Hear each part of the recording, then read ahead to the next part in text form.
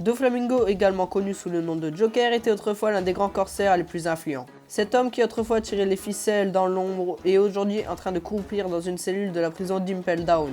Ainsi, beaucoup de gens attendent le jour où il s'en échappera.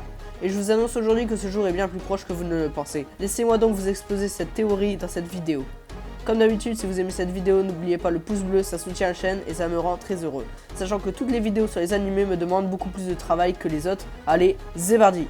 Premièrement, il convient de définir pourquoi Doflamingo doit revenir. Et j'insiste bien sur le doit parce qu'il y a certains personnages, on aimerait bien les voir revenir mais ils ne changeraient rien à l'intrigue. Alors qu'un personnage comme Doflamingo, je vous le dis, il est très pertinent pour la suite du manga.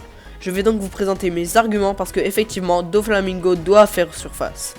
Deuxième raison, on voit trop Doflamingo. Oda le fait apparaître dans quasiment tous les 100 chapitres depuis sa défaite. Ce qui signifie que Doflamingo à un moment donné, il va lui arriver une dinguerie qui nous sera sûrement montrée.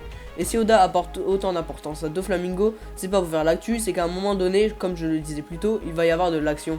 Et enfin, la troisième raison, on n'a jamais vu son visage en entier.